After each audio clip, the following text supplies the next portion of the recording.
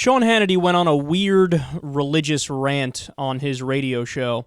Let's listen to this. See if you could follow the logic of his argument. If you start with this premise, which is how I view people in life, that every person, I believe that this is not random selection here. I believe that there is an all-knowing, all-powerful God that I think human beings are not even really capable of having any, even the slightest comprehension. If somebody can build universes within universes to perfection, how can you possibly comprehend the greatness of that? You cannot. And to me, every person, you know, whether you believe in the Bible, you read the Quran, I don't care what your faith is, but there's an interesting quote in the Bible that says, the very hairs of your head are counted. Now, if the hairs of your head are counted, and you think of all the billions of people on this earth, and you think of that, you can assume then that the leaves of the trees are probably counted too. That is a depth of greatness, of supremacy, that none of us can comprehend. Now, if we're that important that our hairs are counted, and every human being has some talent that they're born with,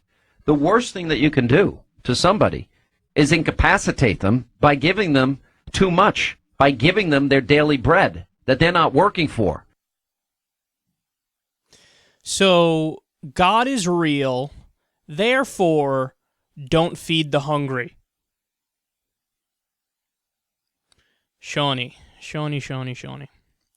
Under no possible interpretation does that make sense. First he goes, well, God is incomprehensible and impossible, and humans can never, ever really know or understand him. Okay, so then how do you know he's real? By simply listening to what you're saying and drawing the logical conclusion, don't you get that you're an agnostic? He's like, humans can never ever comprehend it. God is just too amazing, and we don't know if he's there because we just can't understand it. Well, then, thank you. You're admitting you're an agnostic. But he doesn't. He uses that as his argument for why God is real. We can never know. It's out of our comprehension, which is why it's proven, and God is real. I see this guy, he doesn't give a fuck about logic. So there's one screaming fallacy in his argument. But then his conclusion from that is the poor and the unemployed are bums, don't feed them. So Sean Hannity, a Christian, has the exact opposite conclusion that his God Jesus has.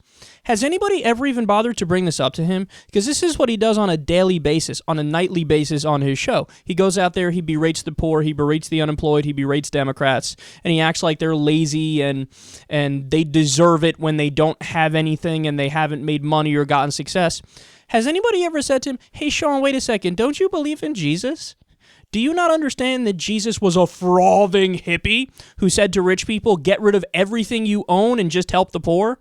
Did you not read the parts of the New Testament where they talk about camel has a better chance of getting through the eye of the needle than a rich person getting into heaven? Do you not understand that one of the few things in the Bible that's not open to debate, that's not open to interpretation, that doesn't have a counterpoint is the idea that you should care about the poor, care about the hungry, care about the sick, care about the downtrodden, and not like the wealthy? That's one of the things that's consistent throughout the Bible. Everything else is basically up for discussion and debate because they're contradictory passages. That's one of the few things where there's not contradictory passages. But he's like, I disagree with Jesus, which is why he's my God. God, what an inferior thinker he is. And then also,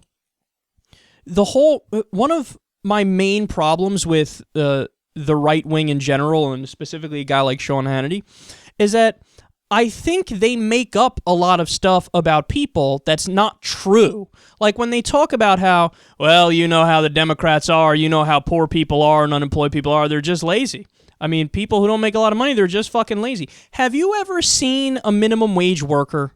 Minimum wage workers are quite possibly some of the hardest workers I've ever seen in my life. I know people who work 2 or 3 jobs on minimum wage. They could barely keep the fucking lights on if they could at all. I mean, these are some of the hardest workers out there. Do you not understand that even when people are unemployed, the overwhelming majority of people who are unemployed are looking for work?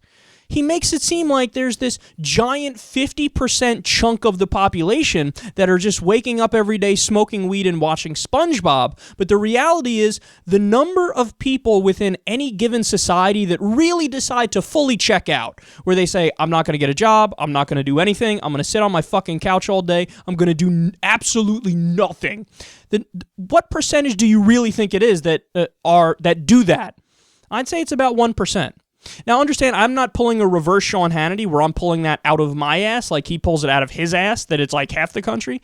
No, I'm basing that off of what the fraud, waste, and abuse rate is in the different various social safety net government programs.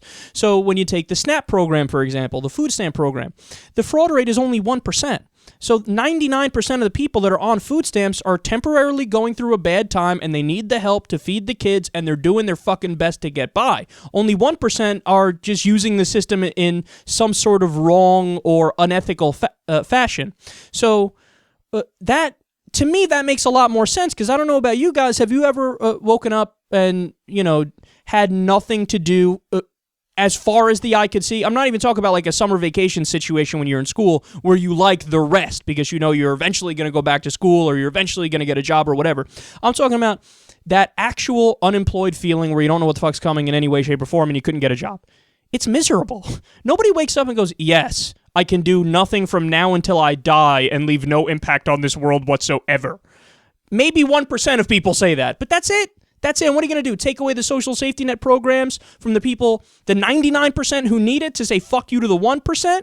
I mean, again, that doesn't make any sense, but that's the problem, is that guys like Sean Hannity, they just have a wrong view on human nature. They have a wrong view on people, and they're cold-hearted, and they just make up stuff about God.